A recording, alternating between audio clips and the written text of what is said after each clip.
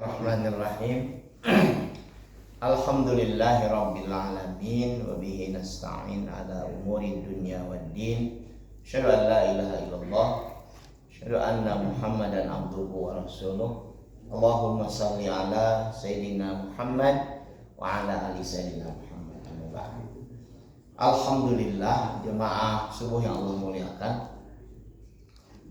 Alhamdulillah kita bersyukur pada Allah Subhanahu wa taala.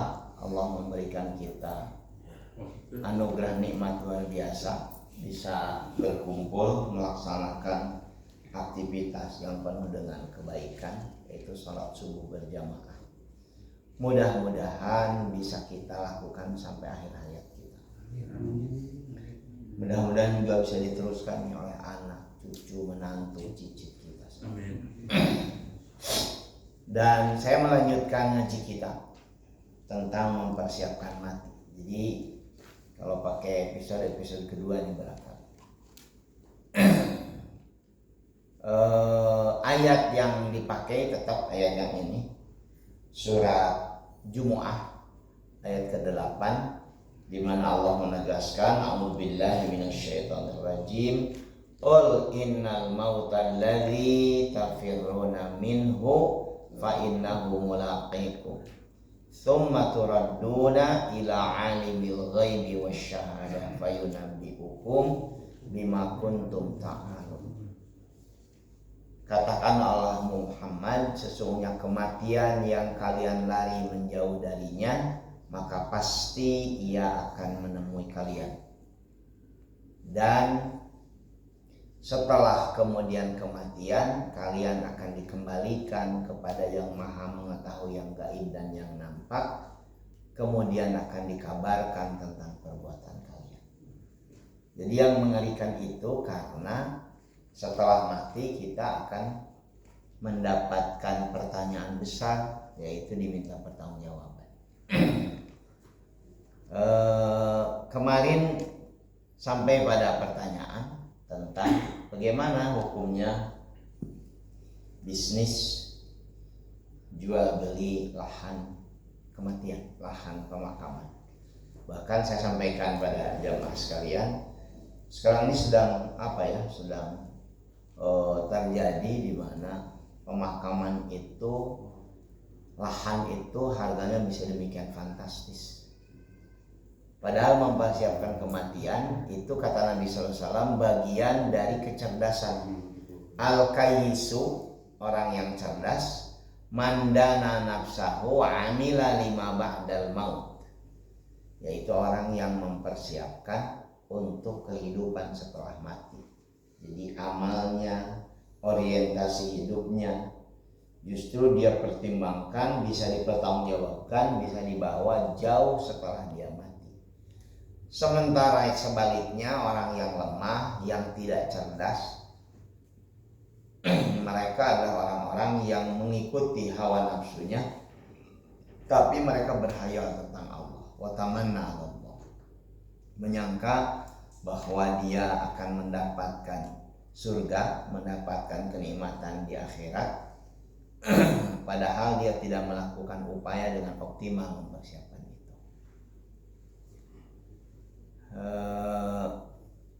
Ini sudah. Nah, saya kutipkan sebuah hadis dari Bashir, pembantu Rasul SAW, ketika beliau bercerita, bainama ana umashi Rasul sallallahu alaihi wasallam marabi kuburin al-musyrikin faqala laqad sabaqa haula'i khairan katsira thalathan thumma marra bi kuburi al-muslimin faqala laqad adraka haula'i khairan katsira. Hadis ini jadi dalil, bahkan ulama mazhab Syafi'i menyebutkannya dari hadis ini ijma, para ulama bersepakat tentang haramnya menguburkan seorang mukmin dicampurkan dengan orang-orang yang musyrik, dengan orang-orang yang kafir di pemakaman yang tanpa pemisahan, gabungkan dan sebagainya. Di kata Nabi ketika lewat di pemakaman dengan pembantunya, beliau kemudian menyebutkan mereka kepada orang-orang musyrikin yang dimakamkan itu sudah ketinggalan khairan katsira, kebaikan yang banyak. Beliau ucapkannya 3 kali. Tapi begitu kemudian melalui kuburan orang-orang mukmin, beliau mengucapkannya laqad adraka haula'i khairan katsira. Mereka telah mendapatkan kebaikan yang banyak. Dari dalil ini para ulama ini sepakat. Imam Nawawi mengutip ini dalam kitab tafsir beliau. Kata Imam Nawawi, ulama kami ittafaqa ashabuna rahimahumullah ala annahu, bahwa sesungguhnya la yudfinul muslim fi maqbaratil kufar wala kafir fi maqbaratil muslimin. Tidak boleh dimakamkan seorang mukmin di kuburan orang-orang yang kafir, dan juga orang kafir tidak boleh dimakamkan di kuburan kaum muslimin, kecuali karena alasannya nanti karena darurat atau karena ketidaktahuan. Kemudian dalam Al-Mawsu'ah Al-Fiqhiyah, ini yang digunakan katakanlah secara umum ya, terutama ini di Saudi kitab. Kalau di kita barangkali seperti kompilasi hukum Islam lah kalau di Indonesia. Disebutkan bahwa telah bersepakat para fuqaha haram memakamkan seorang muslim di kuburan orang kafir dan sebaliknya. Karena itulah kemudian dari dalil-dalil ini melekat kewajiban pada kita semua jemaah sekalian untuk mempersiapkan pemakaman, supaya kemudian nanti ketika dimakamkan secara syariat pemakaman itu bisa terpenuhi. Di antaranya adalah pemakaman itu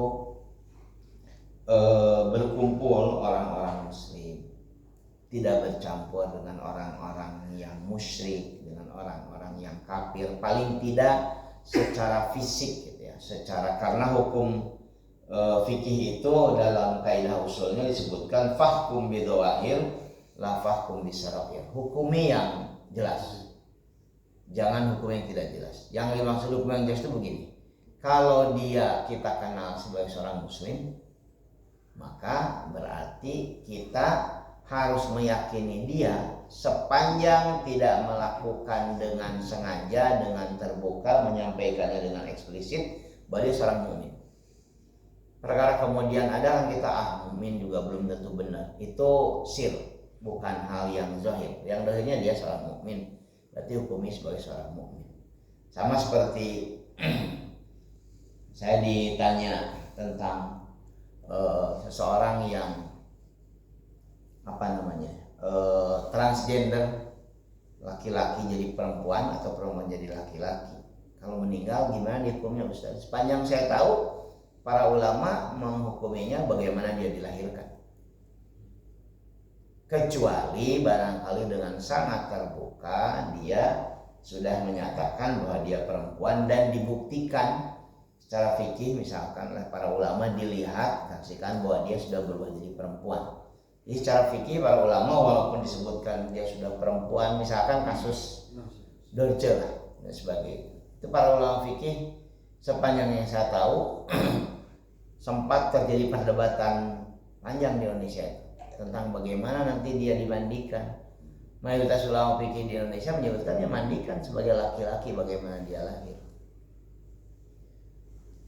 Alhamdulillahnya saya tidak ikut-ikutan itu ya. Mungkin kan jadi dilema luar biasa ya.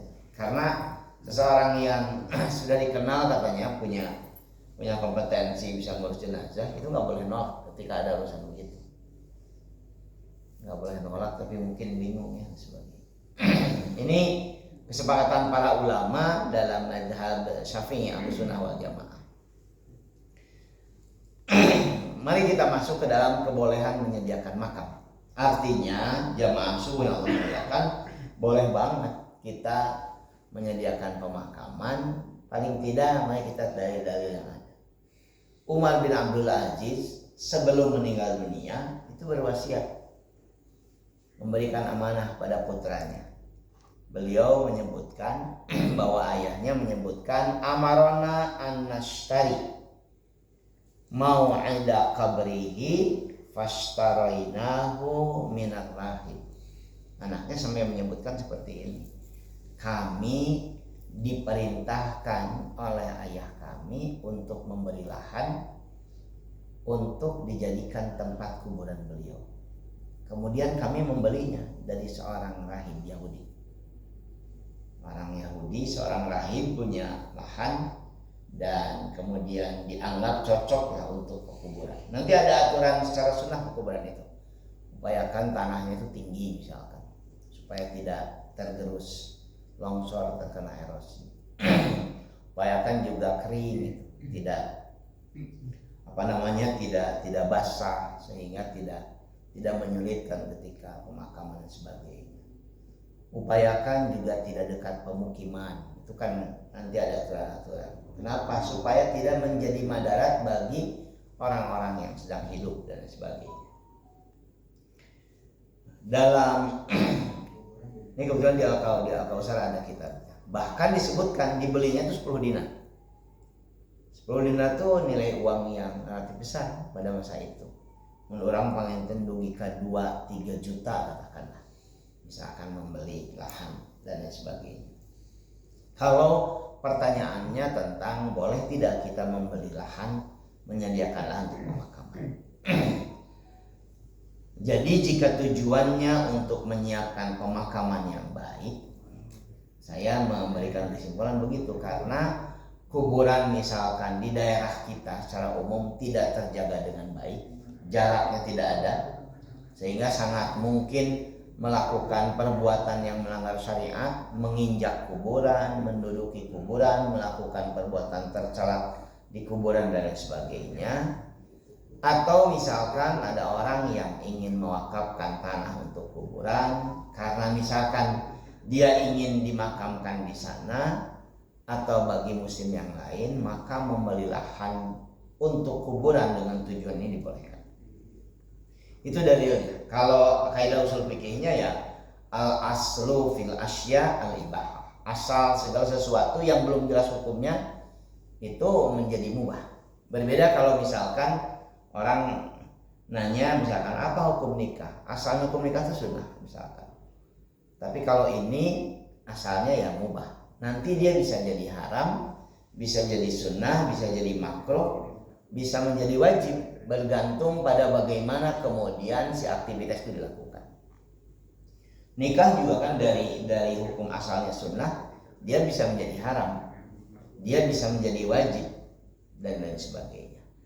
Saya kutipkan pendapat para ulama. Ibnu Qudamah dalam Al-Mughni, kitabnya paling terkenal ini Al-Mughni. Beliau menyebutkan bahwa Imam Ahmad bin Hambal ditanya oleh seseorang yang dia sudah bermaksiat ketika hidup ingin dimakamkan di rumahnya. Ini banyak di negeri kita nih yang dimakamkan di depan rumah. Di sini masih banyak di Cirebon. Atau di belakang rumah atau di samping rumah. Dia berwasiat. Kata Imam Ahmad bin Hambal, dia harus dimakamkan di pemakaman umum kaum muslimin. Jika dimakamkan di rumahnya, ternyata mengganggu ahli warisnya. Apa yang harus mengganggu ahli waris?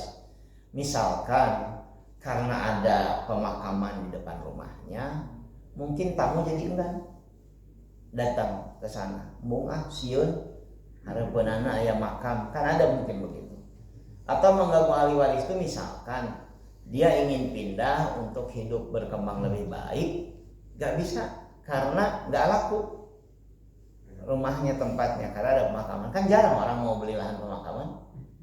Misalkan bapak ditawar itu ada lahan murah dan sebagainya, tapi tetanggaan sarang pemakaman biasanya gak jadi secara umum gitu ya sebagainya. Masih berani orang tinggal di bawah sutet ketimbang di pemakaman. Di kita tuh iya, bayar di bawah sutet kan paling oke nyetrum beneran. Di pemakaman kan sebagainya. Walaupun sekarang memang saya juga kaget di pemakaman itu, ya Allah, konser dangdut. Ini sampai gogodog, ya Allah, konser dangdut di pemakaman. Di sini di yang seret itu. Saya pernah ke situ. Allah, nonton, makan di makam makan. Untung digelarnya siang sampai sore, itu kalau malam mungkin jadi pinuh, juri ngumpul milu jaroge sebagainya ya. Itu bagian secara syariat yang haram ya sebetulnya. melakukan aktivitas yang dengan sengaja tahu betul bahwa aktivitas itu akan menghinakan pemakaman, itu dilarang secara syariat sepanjang pengetahuan saya dan sebagainya. Karena itu mungkin menjadi beralasan gitu ya. Dan itu dilakukan, kata Imam Ahmad bin Hanbal, oleh Utsman bin Affan, oleh Aisyah radhiyallahu anha, oleh Umar bin Abdul Aziz. Jadi sempat muncul obrolan di kalangan para sahabat ketika Aisyah itu sakit keras. Setelah ada perang namanya perang Jamal. Memang ini tidak bagus untuk diceritakan. Tapi pernah terjadi perang di mana Aisyah memimpin perang itu. Jadi beliau bukan cuma kalah dalam perang, tapi barangkali ya secara mental, istilah sekarang kena mental, sakit-sakitan sebagainya.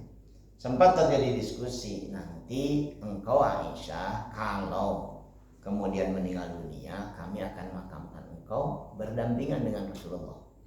Sekarang itu kan di Raudhah itu ya, Rasul, Abu Bakar, ada Umar bin Khattab.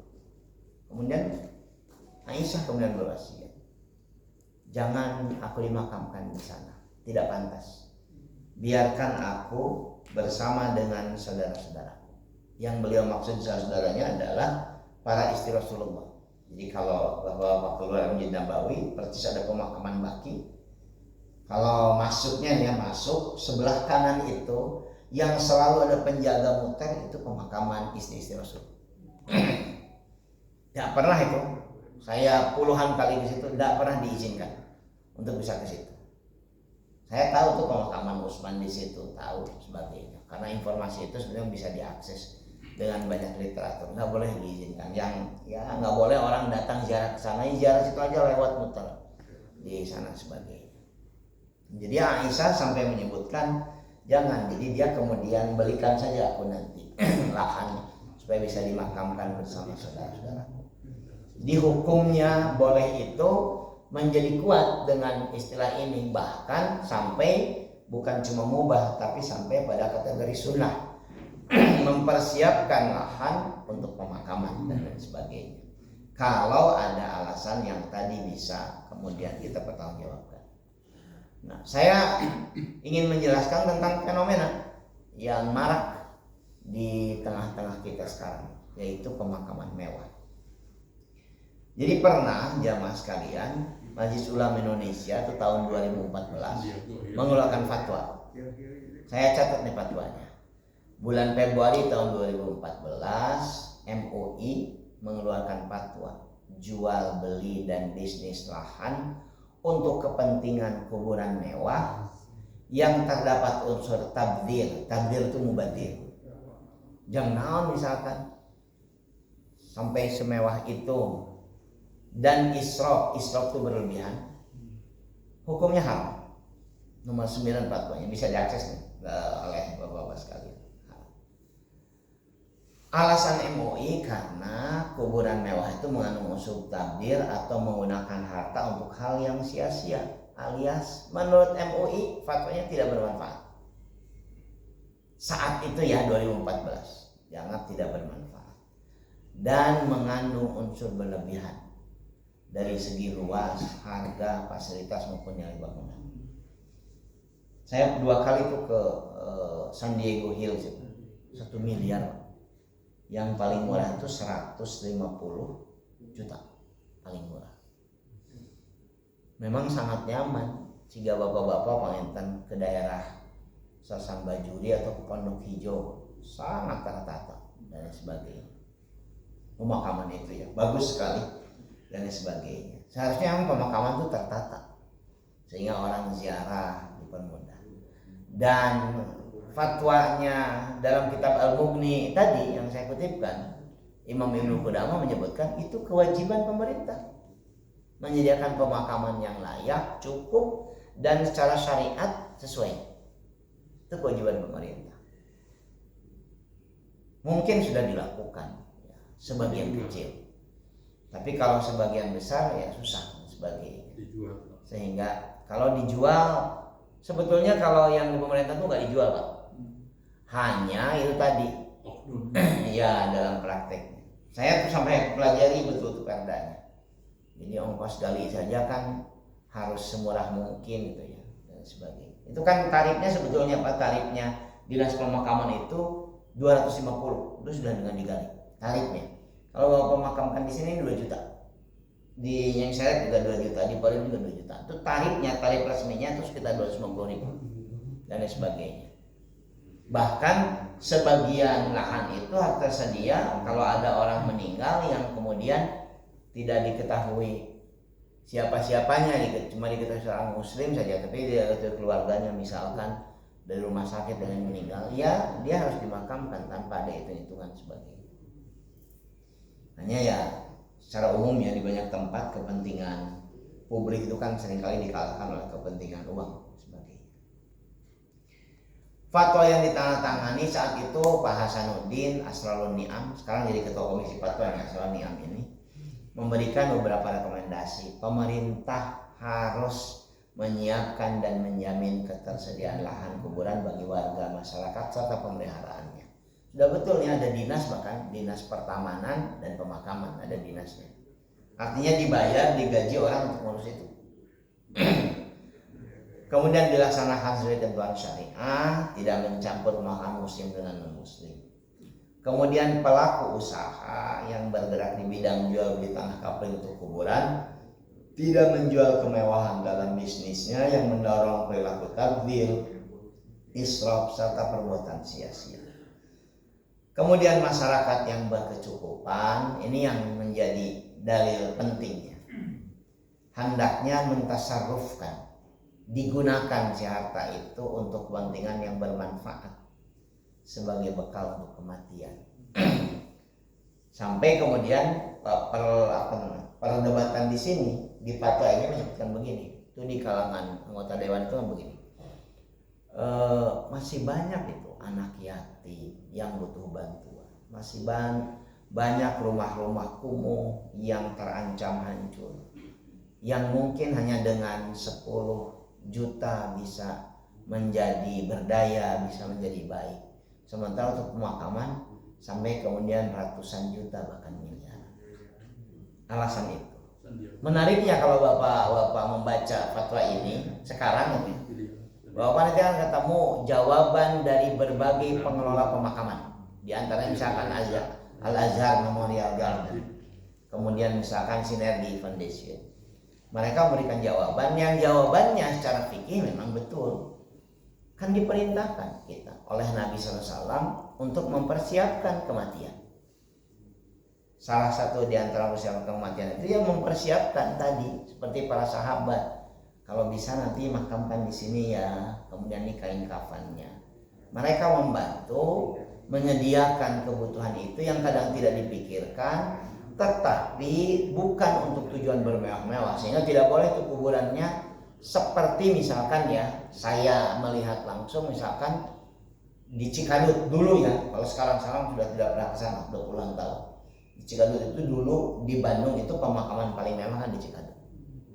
Pemakaman Cina itu luar biasa, fantastis. Dulu bahkan ada yang ada kolamnya Pak di depan pemakaman. Jadi saya membayangkan dulu ketika SMP SMA pas memakamkan, jika nanti kita jenazah keluar peting-peting ningali lauk gitu yang sebagainya. Karena itu ada kolam ikannya sebagainya. Luar biasa itu. Luar biasa tabdir, mubadir, jam naon gitu. Dan sebagainya. Kayaknya kalau diperbolehkan nanti mungkin ada kolamnya diisi sama koi misalkan ya, ikan-ikan mahal. Sekarang nggak ada Pak, karena siang dipauk. Dulu tuh pernah ada kolam, ada ikannya dan sebagainya. Dulu pemakaman wan mewah itu pemakaman Cina. Ternyata usut nanti bisa dicek. Kan dulu tuh sering sekali kita baca koran kalau kematian seorang China itu kan bisa diumumkan di koran tuh sampai 1 lembar. Bahkan korannya koran nasional kayak Kompas. Sebutkan sebagainya. Saya sempat nanya tuh ketika SMA diumumkan itu ternyata indikator keberhasilan. Indikator berhasil, sukses, sehingga dia mengumumkan pada khalayak, nyampaikan marganya dan sebagainya bahwa dia berhasil. Salah satunya ketika dimakamkan dengan penuh kemewahan. sampai nyewa, coba surat kabar nasional 1 halaman penuh, itu kan miliaran itu, 1 halaman penuh itu. Miliaran. Ya. Itu kan iklan-iklan begitu tuh luar biasa. Kompas coba bayangkan, Kompas tuh koran nasional dengan jangkauan luar biasa. Wah luar biasa saya sampaikan. Sehingga kan di situ disebutkan tuh di iklan itu, kalau Bapak masih lihat itu, dengan tidak mengurangi rasa hormat, sekarang kan begitu kan, tidak menerima, atau disebutkan semua sumbangan donasi bagi keluarga yang sedang berkabung akan diserahkan misalkan untuk amal dan sebagainya. Itu luar biasa, apa sumbangannya juga bisa miliar.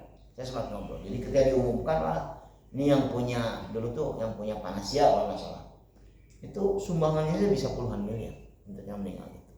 Biaya memakamkannya juga miliaran, sumbangannya juga puluhan miliar. Nah, kalau kemudian Bapak misalkan membaca fenomena Cina di Singkawang, kalau orang Sunda mah menyebutkan bahari, ya kan istilah Sunda tuh dari saya kecil, Baharipu di Singkawang itu kan tidak ada yang diumumkan. Ngurusnya duaan, adina, lanjutna, dan sebagainya, ngurus orang tuanya. Karena kalau dia ngundang orang sebagainya, itu luar biasa mahal dan sebagainya. Jadi memang untuk pemakaman itu ada fenomena seperti itu. Yang saya tahu dulu ya. Sekarang bergeser, pemakaman itu bukan di memakamkannya, tetapi di pemakamannya. Sekarang itu kan saya sebutkan tadi misalkan muncul banyak pemakaman mewah. Bahkan dulu Bupati Bogor itu sampai kena sama KPK itu, kan dia melakukan konversi lahan dari hutan ke pemakaman untuk makan mewah. Dulu kan ya ternyata adiknya juga kena sama, ya mungkin solider juga adik sama kakaknya sama-sama kena sama KPK kan, dan urusan lahan ya dan sebagainya. Ya saking luar biasanya. Nah dari penyampaian ini jamaah subuh yang Allah muliakan, sekali lagi secara fikih hukumnya jadi sunnah. Kalau tadi kita paham, ini kita harus nyiapkan lahan. Saya tadi malam misalkan ke rumah almarhum Pak Joni ngobrol, memang sudah lama nyiapkan lahan pemakaman dan sebagainya. Ya kalau untuk alasan seperti itu jadi boleh banget dan sebagainya, bukan cuma sekedar boleh. Khawatir fenomenanya kan kalau di lahan pemakaman yang dimiliki pemerintah itu cuma 2 tahun misalkan terjaga lahan itu. Setelah 2 tahun lebih dari 15 hari itu ditumpuk kalau tidak bayar lagi pajak dan sebagainya. Anda bisa bayangkan ya, orang yang nggak punya duit untuk bayar pajaknya, pas rek nadran, ya mungkin itu ya salah satu yang sebagai. Sementara saya nih secara pribadi karena tumbuh dalam tradisi Ahlussunnah wal Jamaah, ziarah itu kan menjadi bagian dari apa ya, dari kehidupan kita sebagai seorang muslim di Indonesia. Itu kalau nggak ziarah itu ada sesuatu yang hilang, barangkali ada yang kurang sebagainya. Minimal tuh setahun sekali mah itu ziarah ya sebagainya ke makam. Dan kalau ziarah itu kan kita punya kebiasaan dibersihan si lahan itu, jukutna diguntingan sebagainya. Bahkan kadang-kadang nyuruh orang nitipnya dibersihan, dicebor sebagainya. Dulu saya menganggap itu sebuah perbuatan yang sia-sia, nggak besar. Tapi makin kesini justru dalilnya makin saya pelajari. Nah dia memerintahkan ziarah kubur itu, dalilnya sangat kuat. Perintah ziarah kubur itu dengan teknis yang tentu bisa bertanggungjawab secara syariat dan sebagainya. Ziarah kubur. Kalau tidak ada ziarah kubur, maka kalau tidak ada pemakaman yang kemudian dijaga, ya ziarah kubur kan berarti jadi tidak ada. Bayangkan Bapak-bapak, kalau kemudian orang-orang tua kita tuh tidak jelas di kuburnya di mana sebagainya, berarti syariat Islam tentang ziarah kubur kan tidak ada di kita. Nah, ziarah kasaha, ini mah ke Taman Pahlawan, enggak, tapi kan kita pingin datang. Apalagi kalau Bapak misalkan membaca kitab Ruh Ibnu Qayyim al-Jauziyah, itu banyak sekali kisah-kisah yang inspiratif tentang ziarah kubur. Datang malam-malam ketika tidur, si keluarga yang diziarahi itu mengucapkan terima kasih. Aku nih senang kalau kamu datang rutin tiap ziarah, doakan kami. Tetangga-tetangga sekitarku juga mendapatkan banyak keberkahan. mendapatkan banyak cahaya sebagainya. Itu yang motif itu Ibnu Qayyim, rujukannya para ulama salaf. Ibnu Qayyim itu muridnya Ibnu Taimiyah kan, sebagainya. Jadi tentang ziarah kubur itu menjadi luar biasa dan sebagainya. Bahkan Nabi SAW sengaja menempuh perjalanan jauh dari Makkah ke Madinah atau dari Madinah mau ke Makkah. Di tengah-tengah tuh ada wilayah namanya Abwa. Sekarang tuh masih ada Pak makamnya. Di puncak bukit di Abwa makam ibundanya. Sampai hari ini masih ada. Sepi. Kemarin-kemarin 3-4 tahun lalu kalau ada orang naik ziarah ke sana kemudian dirapikan, itu diusir. Walaupun itu di kampung jauh, kita mungkin ke Banjaran di atas, itu diusir orang. Sekarang nih 2 tahun ini yang saya tahu, sekarang nih bahkan dengan sengaja orang datang ke sana dan dibersihkan kuburannya siapa namanya ibunda Nabi itu, Aminah itu dan sebagainya. Dan kemudian ya udahlah, karena mungkin sekarang jadi longgar juga di sana. Sudut pandangnya diperbolehkan. Dulu tuh nggak boleh. Jadi sekarang terawat misalkan makam-makam yang dianggap situs-situs penting dan sebagainya.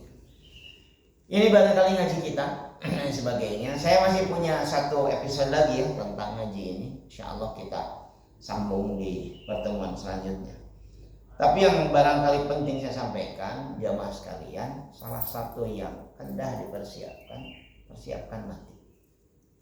Jangan cuma karena kita hidup baiklah kayak kumanu hirup, persiapkan mati. Salah satunya upayakan tidak mempersulit orang yang masih hidup nanti, ahli waris kita. Itu yang dilakukan Aisyah, Utsman bin Affan, Umar bin Abdul Aziz dan lain sebagainya. Mudah-mudahan manfaat. Pertanyaannya sudah saya jawab ya. Ada lagi yang mau nyampaikan? Ada. Enggak, silakan. Mangga Pak. Barangkali tahu di taman makam Pahlawan. Adakah pahlawan yang Kristen gitu di kubur itu? Ada. Ada. Bloknya kan nanti berbeda Pak. Oh ya. Pernah ke sana? Belum. Aduh, banyak pahlawan deh. Tapi nggak apa-apa ya. Bloknya berbeda. Yang Muslim itu satu blok. Yang non Muslim juga berpisah bloknya. Kalau ke Cikutra itu. Dan di Cikutra itu kan bukan cuma taman makam pahlawan, ada pemakaman umum yang sangat luas juga. Dan yang longsor kemarin kan fenomena longsor itu di sana. Saya pernah jalan kaki, ya Allah, tebih ke blok C itu naik 1 kilo lebih itu. Makanya pakai motor, ternyata ke dalam itu bisa pakai motor. Habis 3 kali memakamkan di situ. Jadi di Taman Pahlawan sendiri saya berkali-kali ke sana. Ada blok-bloknya yang Muslim, ada Muslim. Nggak jauh Pak. Kenapa? Nggak jauh. Oh iya, tapi ada bloknya gitu, ngumpul. Seperti surang lah, ini klaster ini gitu ya, klaster Muslim, ini klaster ini, gitulah kurang lebih ada. Karena secara syariat kan tadi harus dipisahkan. Mudah-mudahan saja ya dengan ini jadi pengetahuan yang lebih baik. Mudah-mudahan bermanfaat. Mohon maaf kalau banyak hal tidak berkenan. Insya Allah kita sambung dalam pertemuan selanjutnya. Aku qouli hadza astaghfirullahi wa lakum. Subhanakallahumma wa bihamdika asyhadu an la ilaha illa anta astaghfiruka wa atubu ilaik. Assalamualaikum warahmatullahi wabarakatuh.